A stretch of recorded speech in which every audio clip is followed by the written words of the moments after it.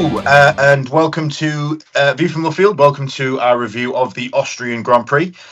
Before we get started, I just want to send a quick thank you to the 257, I think, as of starting this video, views we got for the 2026 Regs video.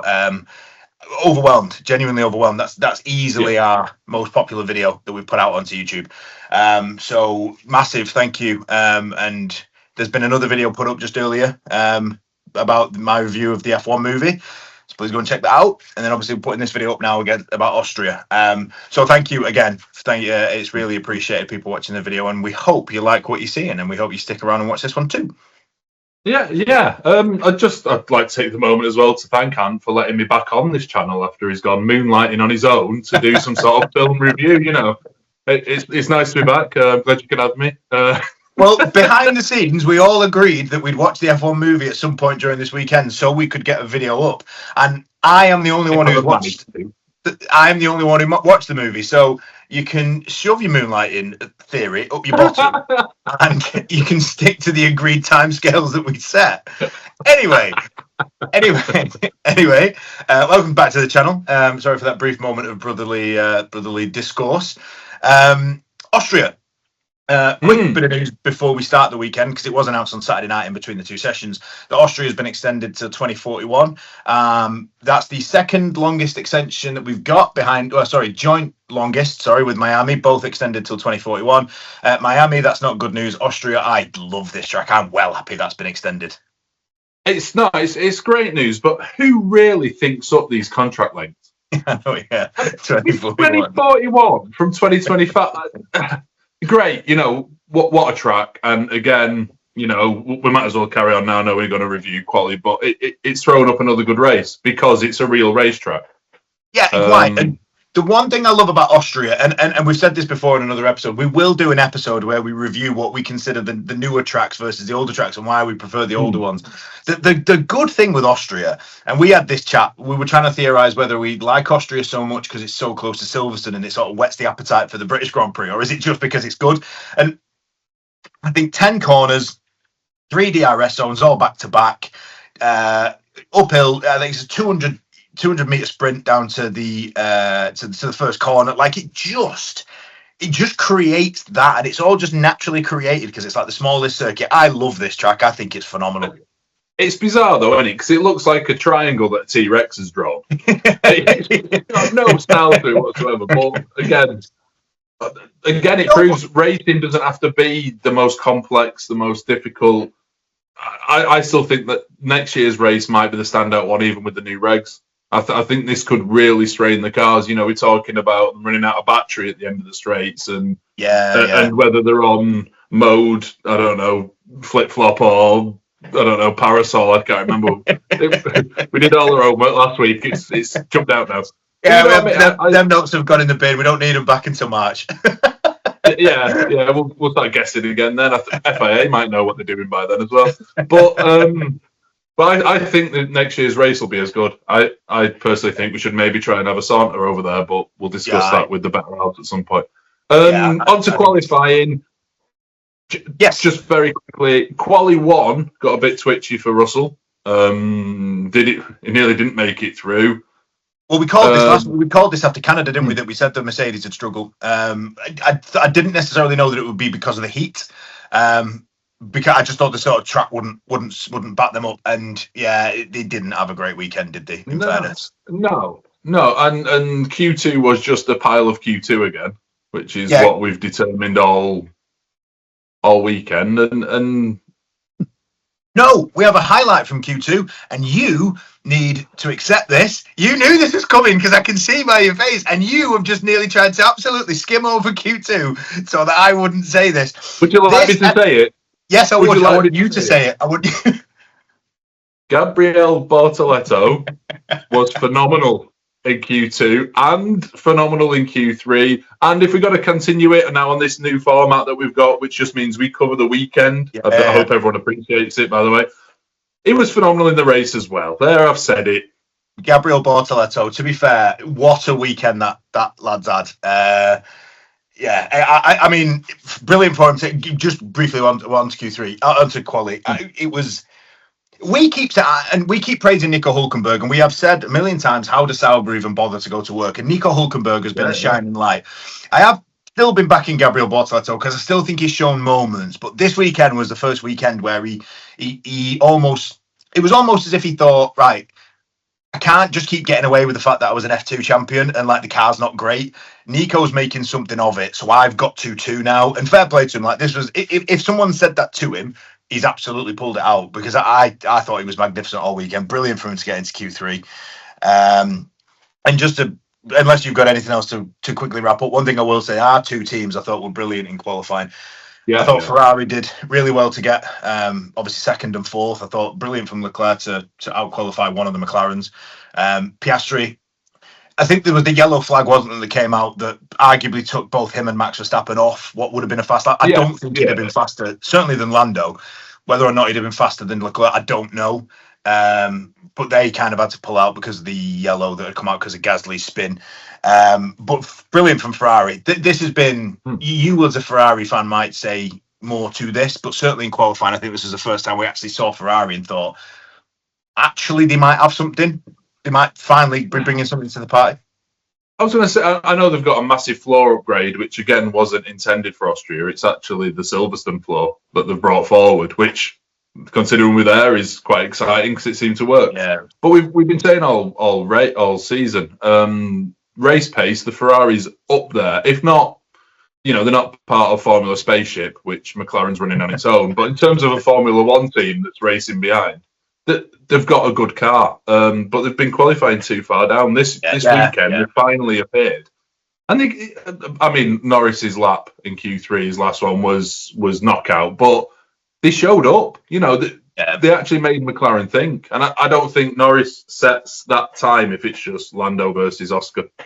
In a weird way, I think the additional team popping up and going, come on then, has pushed them further. The one thing for Lando, and we said this at the end of the Canada episode when we were discussing whether or not Lando was right to apologise, and I said to you that if Lando comes out in Austria, if he apologises after Canada, and because you said it was the wrong thing for him to do, if he apologises after Canada and shows up in Austria, and I think my words were absolutely batters Piastri, he's right. In my opinion, he's right to have apologised because he's put it behind him. He's now not thinking about it, and he's come to Austria and he's absolutely just done. Race wasn't so much a battering, of course. We'll go on to that in a sec. But in qualifying, I think half a second on such a short track as well. Like, you know what I mean? That was absolutely, for me, and he even said it himself, it was nice to see the old Lando back, like the old me back is what he said. It was so good to see that for me as a Lando fan. Just to move on, and it's kind of a way to lead us into the race, I suppose, is Carlos Sainz this weekend said, give me 10 races to get get used to the team. Now that appears to have worked for the likes of Bortoleto, especially this weekend. Lewis looked back to his old self, and I'll move on to something that I want to call out in the race about Lewis. We were talking about it during it, weren't we? Carlos doesn't seem to have followed his own. The quality was poor. He's never been a great qualifier, to be fair. It's always race. But even that. It was, before we do go on to that, because you're right. So our qualifying finish then, it was Norris on pole with an absolute stonker, under a 1:04, which is phenomenal. Leclerc was in second, Piastri third, Hamilton fourth. So good for the Ferraris to get both into the country rows. Russell was fifth, which actually was not a bad performance from Mercedes, because I thought they'd struggle more. Lawson, I will touch on this, actually, the Racing Bulls versus Red Bull thing, but Lawson into sixth, Verstappen seventh. He sort of blamed the yellow flag after Gasly's spin for having to lift off, but he wasn't great all weekend. Bortoleto in eighth, as we've already praised him. Antonelli ninth, Gasly 10th. And then outside the top 10, you had Alonso, Albon, Hadjar, Colapinto, Ollie Behrman, Stroll, Ocon, Tsunoda, Sainz, and Hulkenberg, which is a big surprise from both of them on the back row, actually, because Hulkenberg's been better recently. And as you were saying about Carlos Sainz, turn our attention to the race, and it is time for a new feature here on View from Luffield. It's our special of That Shouldn't Do That of the race. Yeah, there's a fire on the brakes. On both of them. So he's got seized rear brakes, hasn't he? So Sainz not even able to start the Grand Prix. He had a double issue.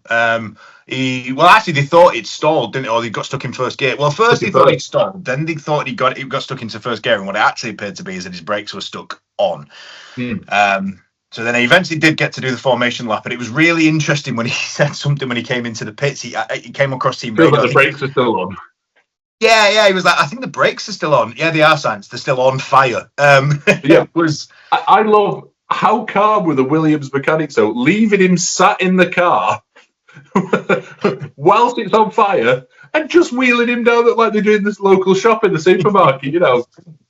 Honestly, good God. I'd have done toilet in my pants, I think. I know, yeah.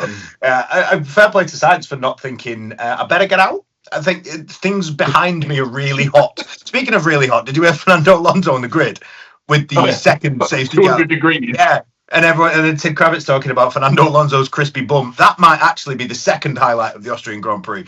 Ted Kravitz discussing Fernando Alonso's crispy bum. Let me pick you up on that, because I have a close contender. Now, you know, I like to check out the grid walks, and oh God, yeah. Fair, Ted and Bernie were excellent, and you know, raising the awareness of women in F1. I thought it was brilliant. I will not. This isn't going to be some sort of male chauvinistic beating. I thought that was excellent, and on this week of all weeks as well, women in engineering was this week. Yeah, I mean, and you know that I've got a mad love for Bernie Collins. I think she's brilliant. Everything she does, her book is excellent, but then they spin off to the national anthem, and we have a bunch of sailors singing, right?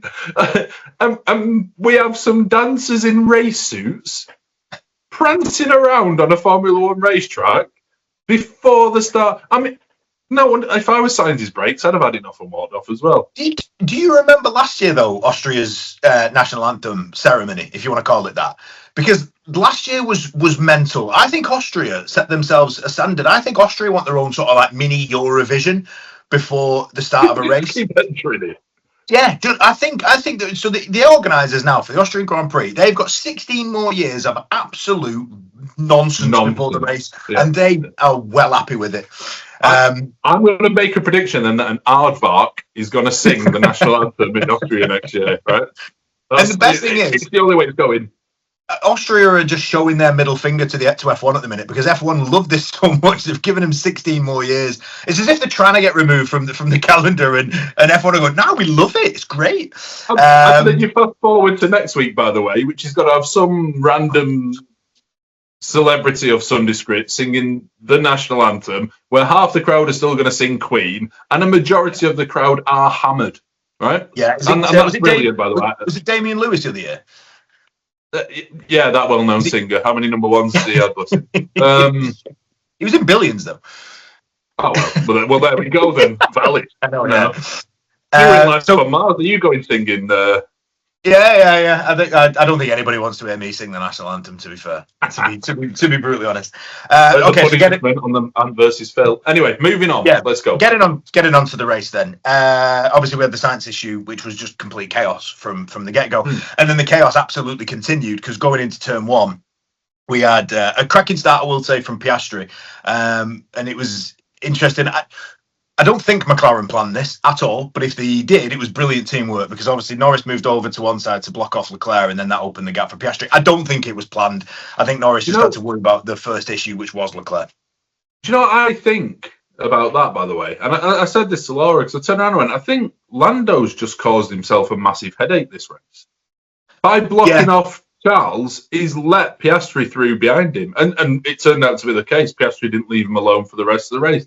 But you kind of think, if Lando would have, worst comes to worst, let Charles through, by the top of the hill, he'd have been back past him anyway. Yeah. And then there'd have been that blocker. Instead, Charles kind of went, well, I've lost out to them too. I'm not catching them, back into my own race mode. Yeah. And by the way, Ferrari did that excellently. And although Hamilton questioned the second pit stop, they maximised what they could that weekend. Great. You know, so Ferrari would definitely, if we can pinch something else, let's go get it. If not, we'll settle. Whereas, I don't know, I've just felt like Lando blocking off Charles meant he then had his biggest rival right up his. Yeah, I think the one thing I will say, though, I think he got a good first stint of so initially, like the initial launch, I think was good. The launch was right. Norris, but then I think in the second phase of the start, I don't think it was as good. So I think Piastri and Leclerc certainly better. Didn't he? And I think in that moment, you've got to appreciate. I agree with what you're saying, but you've got to appreciate they're sat in a car and they've got tenths of a second to make these sorts of decisions. And I think when you're a racer, your top priority is just to not lose a position. And I think that's what he's just done. I think he's probably seen Leclerc coming up and thought, I've got to try and cover this off, and then probably come out at the end of turn one, seeing Piastri right behind him, and thought, yeah. That didn't work. But no, good start though from Piastri, and then we did see into turn one as well, to lap one, turn one, a little bit more nonsense, as whereas Carlos Sainz's brakes didn't want to stop applying. Turn two, don't forget, not turn one. Sorry, turn two. Kimi Antonelli's brakes didn't want to work at all, or whether or not he just didn't apply. I think he absolutely, if you watch the replay of it, he absolutely just gets caught out by the fact that everybody's obviously the first couple of corners on the opening lap, everyone will brake a little bit earlier than their board to avoid obviously contact. And I think he's just been completely caught out. You see him come out like a cat on a hot tin roof, like just out the back of two cars. And you see him panicking, and then it obviously inevitably it just comes into. If he purposely aimed for Max Verstappen, I think there's quite a few Formula One fans who are quite glad to see that that's what he did. Maybe, but it made for a bit of a lesser race without Max there. What I do think is he's heard that Max and Toto have been flirting, and buying each other drinks at the bar. Yeah. I thought, I'm going to nail this guy. And yeah. Look how good he is, Toto. He can't even finish a race. He's rubbish. Yeah, look, I rolled further than him round the corner. Yeah. I think you're right, and I think you're right about the comment you made about it does take something away from the race. I don't think he'd have had the pace to keep anywhere near to the McLarens. No, but it's the fun of watching Max when he decides that he's having a go at someone. Yeah, and he's clever enough to have got himself. You might not like this. I think the way Ferrari, well, maybe to be fair, Ferrari would have probably played their race differently. I think the way the race was played out, Max would have probably been in and around the Ferraris and would have possibly got himself a third. I'm not sure he'd have got third. I think Max had finished fourth. Purely because I think Ferrari had enough in hand to cover something. I don't know what. I think he'd have got himself in and around. I think the fact that he wasn't there meant McLaren were just able to race their own race against one another. Ferrari were able to race. The one thing I thought Ferrari got wrong, actually, is the whole Hamilton's second stop, when he had a bit of he would have had clear air whether he stopped or not, and I think he wanted to stay out a little bit longer on the hard, so that would have maybe given a little bit more of something for him to maybe go for a podium. The fact that they pitted him so early after Leclerc just wrote that off as an option. And I do wonder what would have happened if Ferrari would have trusted the driver. I like how Ferrari were, no, you pit. We're telling you to pit because we can see the whole race. Yeah, there was no, we come back to you, or noted. This race, it was, no, we are boxing. We're maximising strategy. This is one. This is two. I don't care what you have to. And that's interesting, because that's Jerome D'Ambrosio, isn't it, on the pit wall today, because Fred had to go personal issues. D'Ambrosio, yeah. Italian's favourite.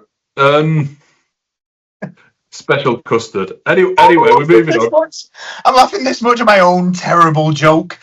I'm not even a dad either. No excuse. I actually agree. I agree that maybe we should have left Lewis out, and I think if it was against anyone barring Leclerc, they might have. Yeah, but maybe. I think if you've got your papaya rules that says let them race, the Rosso rules say we don't want this stress because we've already cracked a nice bottle of red. All right, the pasta's on the go. Don't mess. We're happy with a podium. Don't ruin it. We're happy with this. Listen, we're going to get hammered regardless, but we're on a podium. It doesn't matter which one to us. Let's go. And fair play. And I thought a lot of the racing further down. I mean, we didn't. Excellent. Well, weird actually because we even said before we started filming that I haven't actually written that many notes, and that doesn't sort of make a comment. It was the same thing. We said the same thing about the Spain race actually, that we didn't actually write that many notes because we were so busy enjoying the actual race. And I think this was very similar. We saw some cracking battles. The one towards the end, there are more to mention, but the one towards the end of whether or not Bortoleto would catch Alonso, I thought was absolutely. Yeah, he did. And again, we've already sang Gabriel Bortoletto's praises. Obviously, first points in Formula One this weekend, and he absolutely deserved them. I thought he was ace. And again, that whole chasing down of Alonso, and what really made it. And this is what Austria gives you. Sorry, I'm going to do it again. This is what Austria gives you because it's such a small track.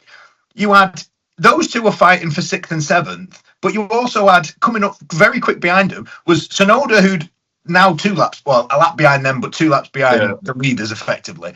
He wants to unlap himself. He's on a brand new set of softs as well within his rights to. Behind him is the two fighting not only for the race win, but for the world championship. And it was just mental, but it was so fun to watch. Having the little collision that Alonso and Bortoletto had in Miami, was it? When they kind of hit each other? Was it? I think it was Miami, yeah. Alonso put a lot of trust in Bortoletto going into turn 5 and 6, where he decided that he'd had enough of this guy following him and swept straight across the front of him. And which it was interesting because that's never an overtaking space, 5 and 6. You saw out of 4 down the hill into 5. You saw Piastri and Norris get, very close. Piastri nearly drove up the back of Norris at one point and apologised, wrongly so. I'm still sticking with that. Hamilton on Lawson, I'm throwing this in now because I know that I don't want to run over too much on this video, but Hamilton's move on Lawson when he was over on the grass and still got him round the outside after doing the same to Russell at the start. I thought that was move of the race for me, and that's difficult because there was so many, and I could be very biased because, let's be honest, seeing a Ferrari overtake someone for position this year has been a rarity.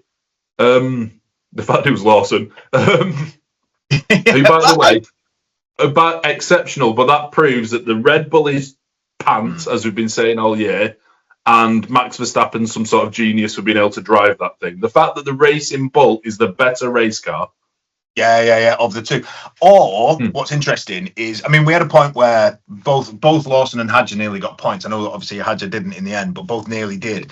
And again, Tsunoda was absolutely nowhere near it, just nowhere near it whatsoever.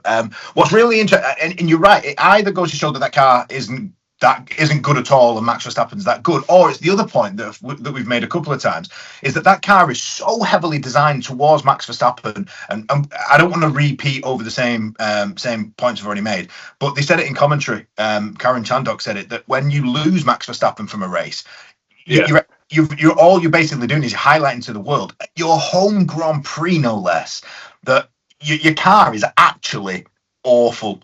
And again, I know there's a bit of talk about whether or not Tsunoda's safe after what they did with Lawson earlier on in the year. And again, they said it in commentary. There's no point in replacing Tsunoda. No, you could resurrect Ayrton Senna at the moment, because for some reason that car is so dedicated to Max Verstappen that no matter who you put in it, put Sonny Hayes in it, because based on the film, he's the best Formula One driver of all time. Like, put him in that car. I've not seen it yet because I completely messed up the scheduling. Sorry, I'll watch that video you did without us all. Because obviously the ending's not obvious. No, but my point is you can put anyone in that second car, and it's so heavily aimed at Max. Lose Max early on, like you did this weekend, and it just highlights that Red Bull is appalling. And I don't know if it's, and again, I'm not asking you this to answer, but is it the Horner thing from the whole, obviously, drama that we had last year? Is it Adrian Newey going? Is it the power unit thing that they're focusing on, 26's power unit with Ford? Is it? Well, I don't know, but it's just everything, awful.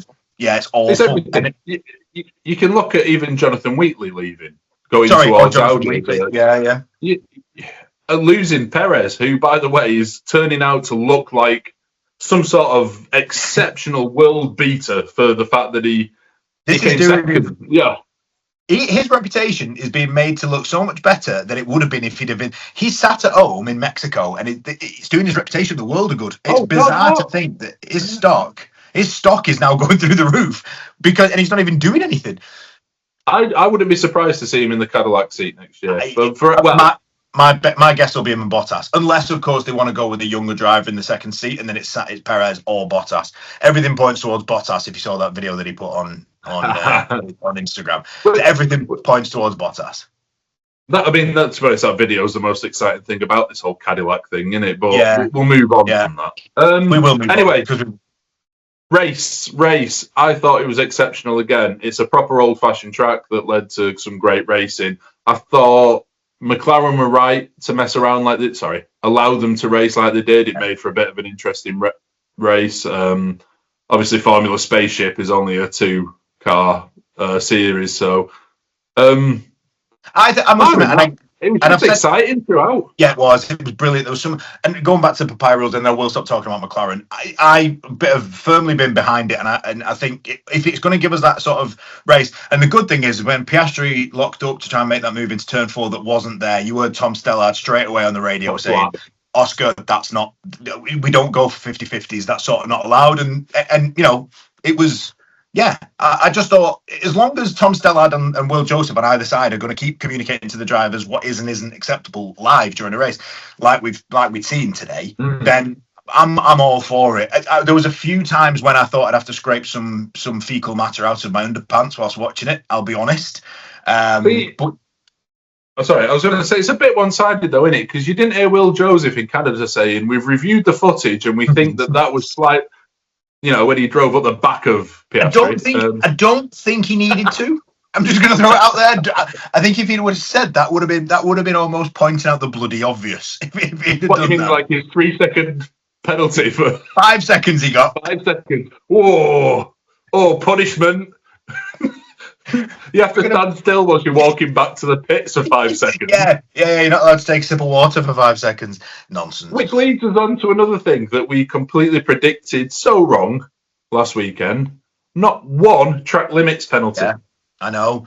And that's mental for Austria. Whatever they've done to those runoff areas, we saw it last year, didn't we, where they put a little bit of grass turf and it didn't really do anything. But my God, there's a bit of gravel there this year if you saw it. Yeah, I tell you what. And that was the one thing wrong with Austria. Yeah, wasn't it? Just fixed it. Limits. And they fixed it. And now for me, honestly, I think they've got, for me, genuinely, it's one of the best tracks on the, I said this after the Canada, I was looking forward to Austria. And I love this track. Bring it on next year. Thank you so much, Austria. And the title of this video is Thank You, Austria. Yeah. Thank you so much, because once again, you've given us the drama, you've given us an exceptional race. Brilliant. Other bits before I go through kind of the results and everything. Sonoda needs to go back to overtaking without hitting someone. No, he prefers to do it this way. It's more fun. I just honestly, some of the move that he did on Colapinto when he spun him round, you looked and went, "Well, that's the move done." And then all of a sudden, Colapinto's spinning around in a circle and Sonoda's in the pits, and you kind of think, "I reckon I could have got the Enyaq through that gap and pulled with a 10-second penalty as well." I mean, I feel sorry for him because he's got a promotion which is effectively a demotion to a car that's worse, and he must, the pressure that must be on him. You know what I mean? He's got Christian Horner breathing down his neck and Helmut Marko, and he must just be what cereal he likes. Just what to say. I mean, and it's really weird for a male to feel Christian Horner breathing down their neck. I mean, it must be the Red Bull way, because you felt Verstappen inside of you a few times. To be fair, yeah. I'm too male to feel Christian Horner inside of me. But I don't really do breakfast. No, true. True, and I'm too old as well. I'm not a junior on it. Anyway, I'm going to risk myself getting in trouble here. If this one gets 250 views as well, we are knackered because this will get us in trouble. Only by Red Bull solicitors. Yeah. Bring it. We've got no money. There's nothing you can take from us. Yeah, you can take 100% and nothing. Can we edit that? Oh God, I've done it again. I forgot the camera's on. We'll edit that bit out and put. Yeah. I'll put a censored logo. Crashing over my fingers. Yeah. Put Christian Horner smiling. Just put a bowl of cereal on it. Anyway, should we go through the results? Yes, let's go through the results. Go through the results because we've got a bit to talk about next week, and I want to get onto that. Yes. Norris, Piastri, Leclerc, Hamilton, great for the both two teams there, and kind of leads us to Silverstone quite excitedly for both of us. Yeah, it does. Unfortunately, Laura, who's coming with us, is an avid Red Bull fan, so that's going to be fun. Russell, I don't know what happened. Yeah, Russell kind of vanished. Lawson, Alonso, Bortoletto, great. And Hulkenberg, sorry. Double points for Sauber. We might be writing them a letter of apology. No, I don't think we owe them a letter. The car is still a tractor. we owe those two a letter of recommendation because my God, those Really two. nice green that though. Anyway, moving on. Yeah. Ocon, Behrman, Hajar, Gasly, Stroll, Colapinto, and Tsunoda. Colapinto proving why they've kept him. Yeah. By the way, did you ever think the Chaos Twins at the back? Did you the amount of laps that Tsunoda and Colapinto were side by side? I just kept thinking that this is going to ruin everybody's race. Chaos Twins. Earthquake and hurricane at the back there about to cause summer. Yeah. Retirees, Albon. Oh, go on. Most do you want? Right, we'll go on to that. We all know he retired. It was most of them. Anyone who Tsunoda got any. Right, championship positions. I'm doing the top six. You'll find out why I'm doing the top six in a minute. Piastri on 216, Norris on 201, Verstappen 155, Russell 146, Leclerc on 119, and Hamilton on 91.